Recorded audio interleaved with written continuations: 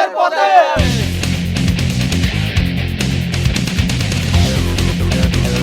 দেশের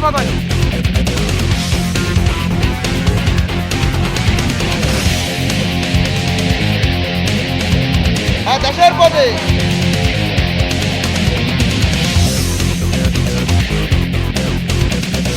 দেশের পথে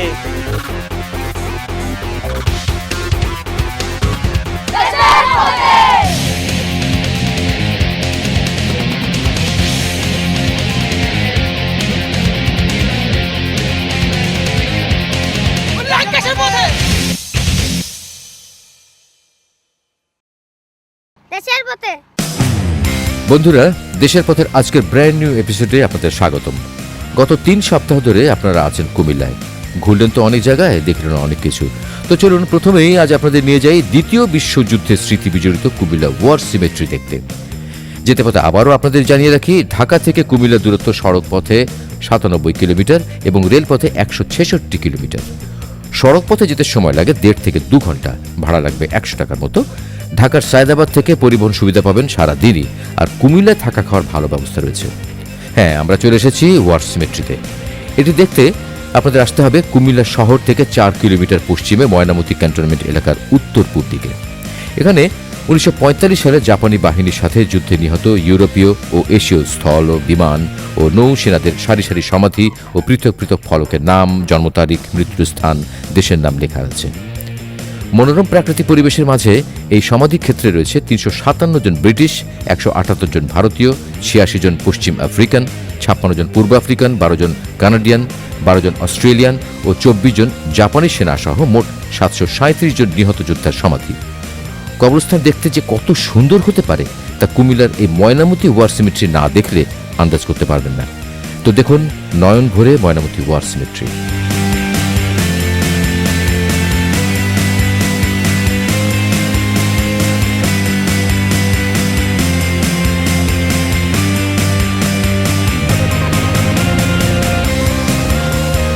আপনি কতদিন যাবত এই কাজ করছেন?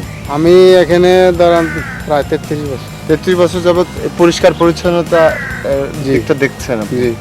ওকে, থ্যাংক ইউ, আপনাকে অনেক ধন্যবাদ। ভেবে দেখুন তো, এখানে যেভাবে যুদ্ধে নিহতদের স্মৃতি সংরক্ষণ করা হয়েছে, সেভাবে আমাদের শহীদ মুক্তিযোদ্ধাদের স্মৃতি সংরক্ষণের ব্যবস্থা করতে পারলে কেমন হতো। প্রতিটি জেলায় এইভাবে শহীদদের স্মৃতি একটি করে সংরক্ষণ করা গেলেও মুক্তিযুদ্ধের অনেক স্মৃতি রক্ষা করা যেত। দেশের পথে। দেশের পথে বন্ধুরা, এখন আপনাদের নিয়ে চলেছি এদেশের প্রত্নতাত্ত্বিক ইতিহাসের গৌরবগাথা স্থাপত্য ময়নামতি দেখতে। হাঁটা পথে রাস্তাটার অবস্থা দেখুন, এটি নাকি ময়নামতি যাবার মূল রাস্তা। আরে আরে, এখানে এই পোলাপানে দেখি গুলি খেলে। গুলি খেলা মানে কি জানেন? মার্বেল খেলা। ছোটবেলার ট্রেনিং ঠিক আছে কিনা একবার যাচাই করা যাক। এই যে দেখছেন, এটি ময়নামতি। গত পর্বে আপনাদের শালবন বিহার দেখিয়েছি। আমরা ভেবেছিলাম এটি তেমনই সুন্দরভাবে সাজানো গোছানো হবে, তবে তেমনটা মনে হচ্ছে না।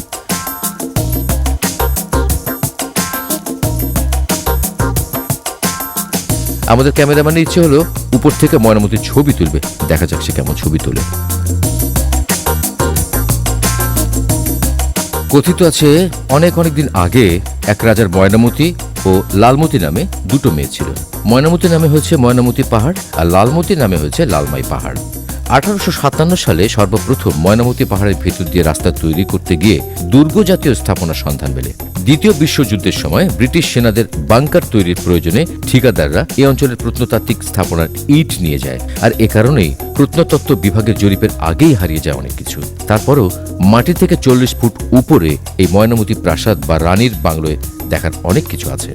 ছোটবেলা থেকে শুনে আসছি ময়নামতি, কুমিল্লার ময়নামতি, ময়নামতি পাহাড়, রানীর কুঠির, অনেক গল্প। আজকে সৌভাগ্য হলো আপনাদের নিয়ে আসলাম ময়নামতি দেখতে। কুমিল্লার ময়নামতি অবশ্যই কুমিল্লা আসলে একবার আসবেন, তবে আরেকটু পরিষ্কার পরিচ্ছন্নতা বা একটু গেট আপটা ঠিক থাকা উচিত ছিল। এখানে খননের সময় চারদিকে প্রাচীর ঘেরা একটি বিল্ডিং এর সন্ধান পাওয়া গেছে। প্রাচীরটি উত্তর দক্ষিণে 510 ফুট এবং পূর্ব পশ্চিমে 500 ফুট দীর্ঘ। স্থাপনায় খুঁজে পাওয়া ঘরগুলো কি কাজে ব্যবহার হতো তা জানা যায়নি, তবে এটি যে কোনো বৌদ্ধ বিহার বা মন্দির নয় তা অনুমান করা যায়। ময়নামতি সম্ভবত একটি প্রাসাদ বা দুর্গ। এর প্রসঙ্গে রাজমালা কাব্যে এই অঞ্চলে মেহেরকুল নামে একটি দুর্গের কথা বলা আছে। 1600 সালের প্রথম দিকে বাংলার সুলতান হোসেন শাহ সেই মেহেরকুল দুর্গ দখল করেছিলেন। এছাড়া ভান্ডেন ব্রুকের মানচিত্রে এই স্থানে একটি নৌ বন্দরের কথা বলা আছে। 1900 সালের গোড়ার দিকে আগরতলা মহারাজা কুমার বীর কিশোর মাণিক্য তার স্ত্রীর নামে এখানে একটা বাগান বাড়ি নির্মাণ করেন। সে কারণে এটি রানীর বাংলো নামে পরিচিত। তাই স্পষ্ট করে বলা মুশকিল এই ময়নামতির অরিজিনাল ইতিহাসটা। দেশে পথে ঘুরতে ঘুরতে আমরা অনেক রকম মানুষের দেখা পেয়েছি। আউল বাউল পীর ফকিরের এই দেশে যে কত রকমের মানুষ আছে তা বলা মুশকিল। আমরা যাচ্ছি এমন একজন মানুষের কাছে যিনি নাকি সারা জীবন দাঁড়িয়ে আছেন। এই কলিযুগে সারাদিন দাঁড়িয়ে থাকা আবার কেমন সাধনা হতেও পারে। ইনি একজন সাধু দরবেশ বা অন্য কিছু, সে বিষয়ে কিছু নাইবা বললাম। আউশা ফকির বা এই দাঁড়ানো বাবার রহস্য দেখতে হলে আপনাকে আসতে হবে কুমিল্লা বুড়িচং উপজেলার কংসনগরের গোমতী নদীর পাড়ে। দূরে ওই যে দেখছেন চেয়ারে বসে আছে, উনি আউশা ফকির। তো একটা ইন্টারভিউ হয়ে যাক। কেমন আছেন?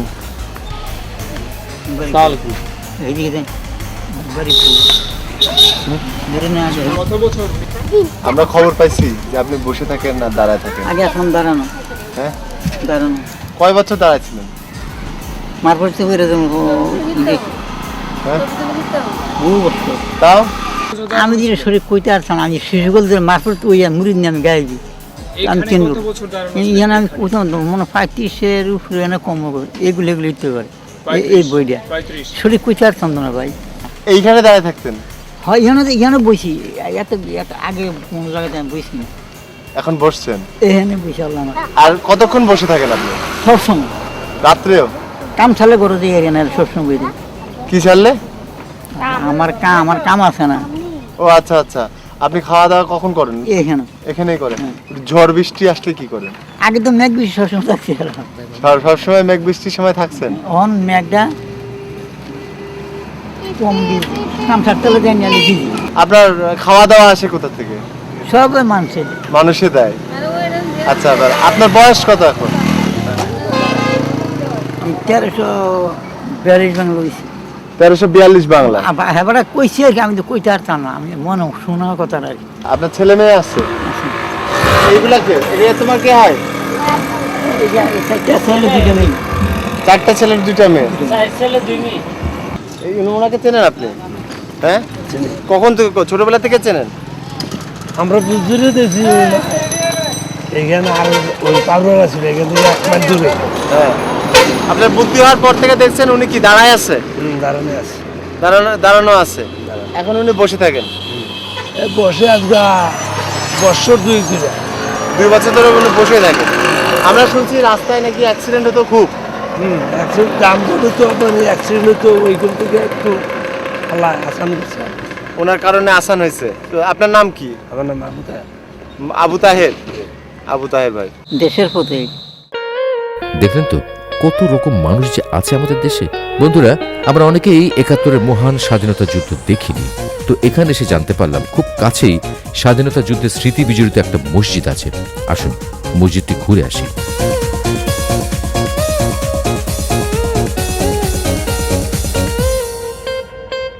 আমরা খবর পেয়েছি যে এই মসজিদে 1971-এর সেই যুদ্ধের সময় কিছু পাক বাহিনী এই মসজিদে আটক করে মারা হয়েছিল। এটা সম্পর্কে কিছু জানেন আপনারা? জানি, মনে করেন এখান থেকে ওই যে ওদিক থেকে মনে করেন লোক আইছে, বহুত আইছিল, পথে পথে মরতে মরতে 7 জন লোক এটার মধ্যে ঢুকছিল। আচ্ছা, মানে 7 জন পাক আর্মি? পাকান মুক্তি বাহিনীরা তাড়া করছিল?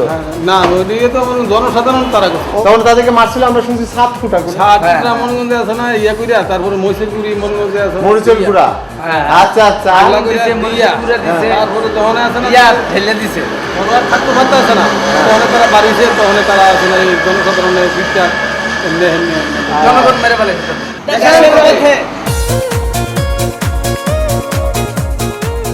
আমরা এখন চলেছি কুমিল্লার দেবিদ্বারে। এখানে মানুষের মুখে শুনতে পেলাম দেবিদ্বারের গুনাই ঘরে খুব সুন্দর একটা মসজিদ আছে। খবর যখন পেয়েছি তখন তো যেতেই হয়। আপনারা জানেন দেশে পথে ঘুরতে আমাদের তেমন কোনো পূর্ব পরিকল্পনা থাকে না, যেখানে যা পাই তাই আপনাদের দেখাই।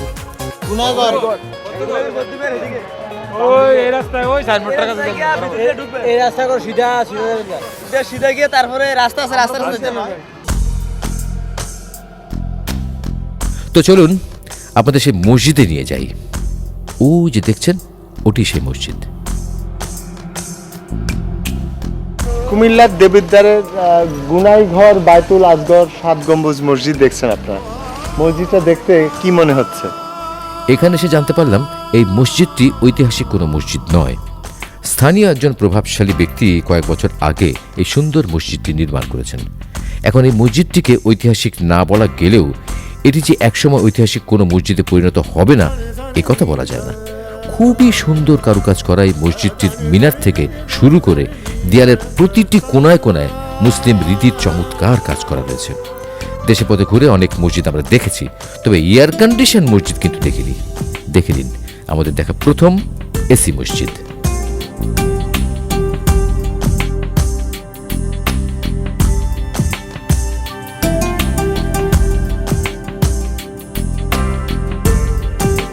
আমরা চলেছি এই এলাকার একসময়ের জমিদার এবং সমাজসেবক রূপবাবু মানে রূপেন্দ্র লোচন বাবুর বাড়ি দেখতে।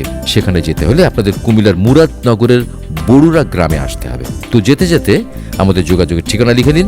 দেশের পথে, Bangla vision, 73 Bir Uttam CR Dutta road, Dhaka 1205। Email করুন দেশের পথে @banglavision.tv। SMS করুন 0191624736। আমি আবার বলছি 0191624736 এই নম্বরে।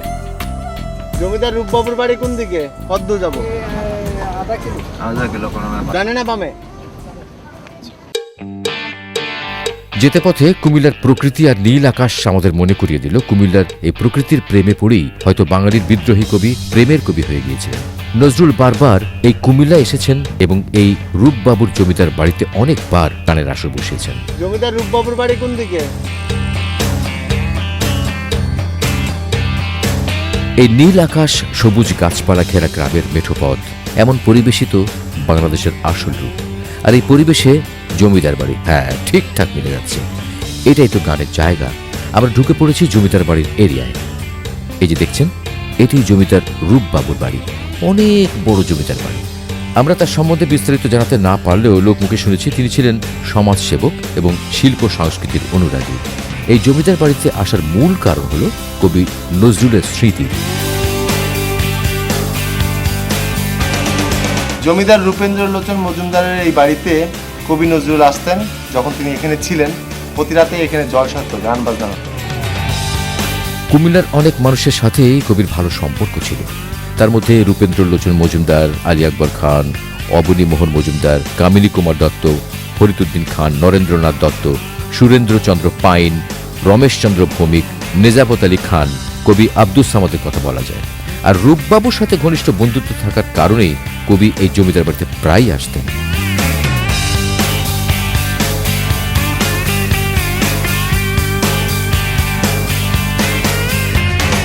আর এই জায়গাটিতে ছিল একটা নাট মন্দির, এখানে একটা ছিল দুর্গা মন্দির। এখানে নাট মন্দিরে গান বাজনার পাড়াটা বসতো, নজরুল এখানে গাইতেন। তো বন্ধুরা, দেখলেন কুমিল্লার রূপবাবুর বাড়িতে নজরুলের স্মৃতি। এখন আপনাদের নিয়ে চলেছি জাতীয় কবি কাজী নজরুল ইসলামের অমর প্রেমের স্মৃতি বিজড়িত কবি তীর্থ দৌলতপুরে। ও যে সাদা রঙের দোতলা বাড়িটা দেখছেন, এটি আলী আকবর খানের বাড়ি। কুমিল্লার মুরাদনগরের দৌলতপুরের এই বাড়িতেই কবি নজরুলের সঙ্গে বিয়ে হয়েছিল নার্গিসের। আর তার বাসর ঘরও এখনো আশা করছি আছে। আমরা তো এইমাত্র আসলাম, সেই বাসর ঘরতে আপনাদের এখন দেখাবো। আসে আলী আকবর খান ছিলেন সাহিত্য অনুরাগী ও প্রকাশক। তিনি ঢাকার ভারতী লাইব্রেরির স্বত্বাধিকারী ছিলেন। প্রকাশনার সূত্র ধরেই কবির সাথে তার ঘনিষ্ঠতা হয়। আর নার্গিস ছিল তার ভাগ্নি। এই কবির বাসর ঘর দেখতে আমরা খুঁজে পাচ্ছি না। আমাদের এখানে এক ভাইকে পেয়েছি, সে আমাদেরকে বাসর ঘর দেখা। তুমি আমাকে বাসর ঘর দেখাতে পারবা? হ্যাঁ, চলো চলো, নিয়ে চলো। বাংলা 1328 সালের 22শে বৈশাখ কুমিল্লার দৌলতপুরের বিশিষ্ট সাহিত্যিক ও সমাজসেবক আকবর আলী খানের নিমন্ত্রণে একটি বিয়ের অনুষ্ঠানে কবি আসেন। আর এই অনুষ্ঠানেই কবির সাথে দেখা হয় অপরূপ সুন্দরী নার্গিসের। প্রথম দেখায় কবি এবং নার্গিস দুজনেই দুজনের প্রেমে পড়ে যান, আর প্রেম থেকে পরিণয়। 17 জুন 1921 সালে তাদের বিয়ের দিন ধার্য হয়, আর এই বিয়ে উপলক্ষে 7 দিনব্যাপী নাটক ও সঙ্গীতানুষ্ঠানের আয়োজন করা হয় এই দৌলতপুরে। নির্ধারিত দিনে মানে 3রা আষাঢ় শুক্রবার রাতে 25,000 টাকা দেনমোহরে নার্গিস নজরুলের বিয়ে সম্পন্ন হলেও শেষ পর্যন্ত দুপক্ষে ব্যাপক ভুল বোঝাবুঝির কারণে বাসরাতেই কবি নার্গিসকে রেখে কুমিল্লা শহরের উদ্দেশ্যে রওনা হন। Very sad. এই ঘটনার পর আর কোনোদিনই কবি সহধর্মিণী হিসেবে নার্গিসকে কাছে না পেলেও তার বিভিন্ন লেখায় নার্গিসের প্রতি প্রেমের অনুভূতি উঠে এসেছে। কবি একটি গানে লিখেছেন, বধূ তোমার আমার এই যে বিরহ এক জনমের নহে। নববিবাহিতা সৈয়দা নার্গিস আরাও সারা জীবন কবিকে হারানোর বেদনায় সিক্ত হয়েছেন। 1937 সালে নার্গিসের সাথে কবির বিবাহ বিচ্ছেদ ঘটে, আর সেই প্রেম, বিরহ, বেদনা, বিচ্ছেদের স্মৃতি বয়ে বেড়াচ্ছে এই বাড়ি, এই বাসর, এই পালক।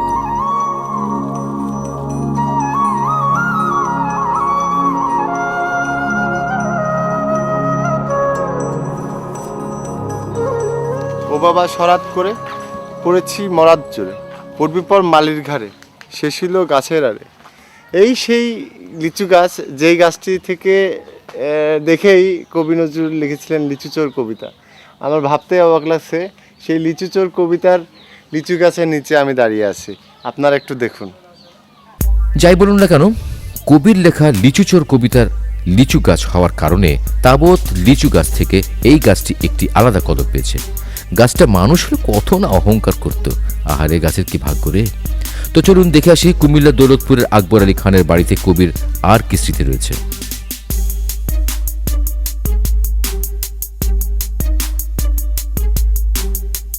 এটি হচ্ছে নজরুলের স্মৃতি বিজড়িত আম গাছ, আর এটি হচ্ছে সেই পুকুর যেই পুকুরে নজরুল দাপাদাপি করতেন, সাঁতার করতেন, আর এই আম গাছের তলায় বসে তিনি বাঁশি বাজাতেন এবং মানুষের মাথা নষ্ট করতেন। তো আপাতত শুনলেন আমাদের জাতীয় কবি কাজী নজরুল ইসলামের প্রণয়ের স্মৃতিতে ভরা কাহিনী। কাহিনীর বাস্তব রূপ দেখতে হলে চলে আসুন কুমিল্লার দৌলতপুরের এই কবি তীর্থে।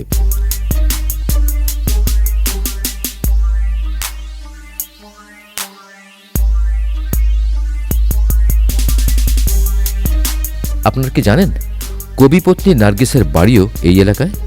আমরা এখন চলেছি সেখানে।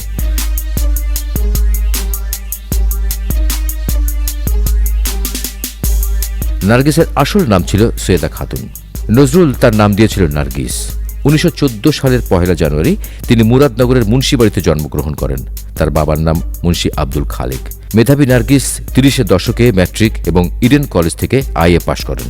লেখাপড়ার পাশাপাশি সাহিত্যে পারদর্শিতাও কম ছিল না। গান, আবৃত্তি ও লেখালেখিতে তিনি অনেক পুরস্কার পেয়েছেন। রূপ ও প্রতিভায় উজ্জ্বল এই রমণীর সাথে নজরুলের প্রেম হবে না তো কি হবে, তারপরে কাহিনী তো জানেনি। বিয়ের রাতে বিচ্ছেদের পর 17 বছর নার্গিস একাকী জীবনযাপন করেছেন। 1937 সালে বিবাহ বিচ্ছেদের পরের বছর কবি আজিজুল হাকিমের সাথে নার্গিসের দ্বিতীয় বিয়ে হয়। আমরা চলে এসেছি নার্গিসের পৈতৃক ভিটায়। আপনি কে? আমি নার্গিসের বাতি যাব। আচ্ছা, এই বাড়ি আপনাদের? জি। আচ্ছা, এই নার্গিসের ঘর কোনটা? এই পুরোটাই নার্গিসের বাড়ি। নার্গিসের দ্বিতীয় বিয়েতে নজরুল পথ চলিতে যদি চকিতে কবু দেখা হয় পরানো প্রিয়া এই জনপ্রিয় গানটি শুভেচ্ছা হিসেবে পাঠিয়েছিলেন। নজরুলের সাথে নার্গিসের সংসার করা না হলেও দুজনে সারা জীবনই দুজনকে ভালোবেসেছেন। দেশের পথে 1985 সালের 2রা জুন ব্রিটেনের ম্যানচেস্টারে নার্গিস শেষ নিঃশ্বাস ত্যাগ করেন। বাংলাদেশের সিলেট, কুমিল্লা, নোয়াখালী, চিটাগাং জেলা সহ বঙ্গোপসাগরে প্রাকৃতিক গ্যাস পাওয়া গেছে। আর এই প্রাকৃতিক গ্যাস যে আমাদের কি কাজে লাগে তার আপনাদের বলার প্রয়োজন নেই। আমরা এখন দাঁড়িয়ে আছি কুমিল্লার নতুন একটি গ্যাস উত্তোলন কেন্দ্রের সামনে। আশা আছে যদি এর ভেতরে ঢুকে একটু ছবি তোলা যায় তাহলে আপনাদের দেখাবো, কিন্তু আশার মুখে বালি। বন্ধুরা, দূর থেকে দেখে নিন কুমিল্লার মুরাদনগরের বাঙ্গুরা গ্যাস উত্তোলন কেন্দ্রটি।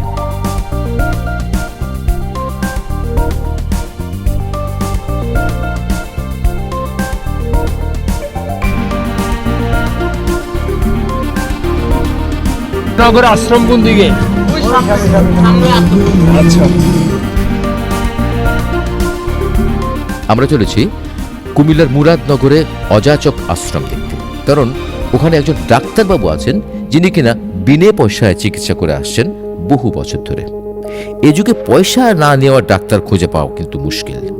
সেবা করে তিনি এলাকার মানুষের মন জয় করেছেন। আসুন ডাক্তারবাবুর সাথে পরিচিত হওয়া যাক। ওনার নামটা কি? ওনার নাম হলো শ্রী ডাক্তার মানবেন্দ্রনাথ সরকার, আর আশ্রমের নাম হলো ডাক্তার যুগল ব্রহ্মচারী নামে পরিচিত। ডাক্তার সাহেব কোথা থেকে পাশ করে আসছেন? উনি চট্টগ্রাম থেকে ডাক্তারি পাশ করছে। আর এখানে উনি কত বছর যাবত?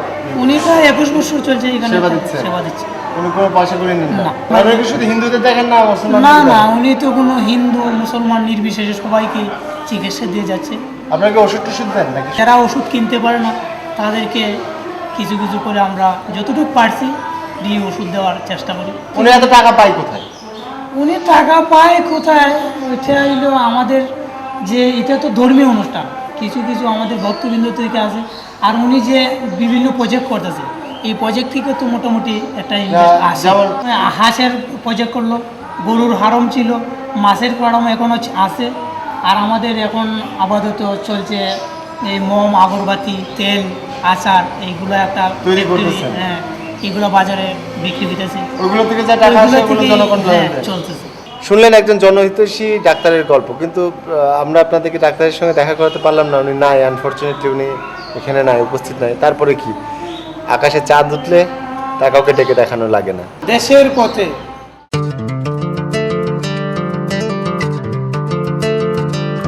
কুমিল্লা এসে আমরা খোঁজ পেয়েছি অনেক জমিদার বাড়ির।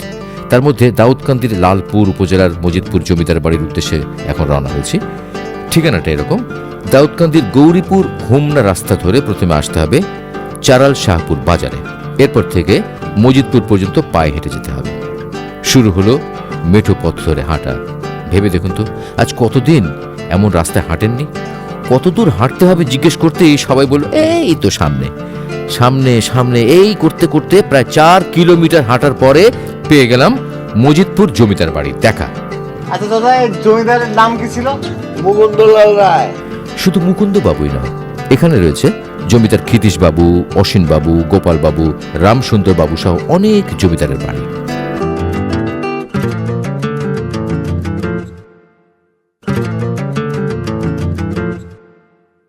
দেশের পথে ঘুরে বেড়াতে আমাদের কোনো অসুবিধাই হয় না। যেটুকু অসুবিধা হয় তা তথ্য সংগ্রহে। এই মজিদপুর জমিদার বাড়ির ঠিকানা ছাড়া আর তেমন কোনো তথ্য আমরা জোগাড় করতে পারিনি। আর যেটুকু পেরেছি তা হলো প্রায় 300 বছর আগে এই জমিদারি প্রতিষ্ঠিত হয়।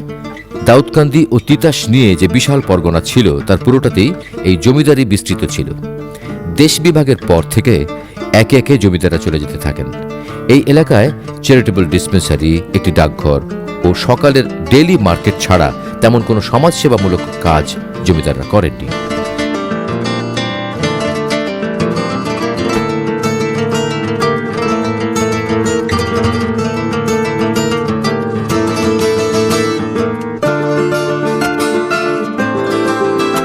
গাছপালায় ঘেরা ছায়া সুনিবিড় মজিদপুরের এই জমিদার বাড়িগুলো ইতিহাসের ঠিক কোন অধ্যায়টি রচনা করেছে তা বলা কঠিন।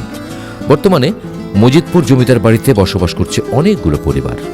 আমি এখন মজিদপুর জমিদার বাড়ির ছাদে বসে আছি। জমিদার বাড়ির ছাদে বললে ভুল হবে, এখানে অনেকগুলো জমিদার বাড়ি আছে, একটা চেন জমিদার বাড়ি, এক একজন জমিদারের এক একটা বাড়ি।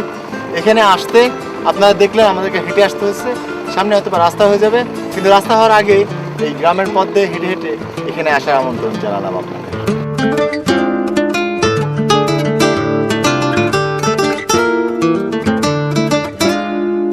তো বন্ধুরা, মজিদপুর জমিদার বাড়িতে শেষ হয়ে গেল আজকের পর্ব। দেশের পথের আগামী পর্ব দেখার আমন্ত্রণ রইল। ভালো থাকবেন। দেশের পথে।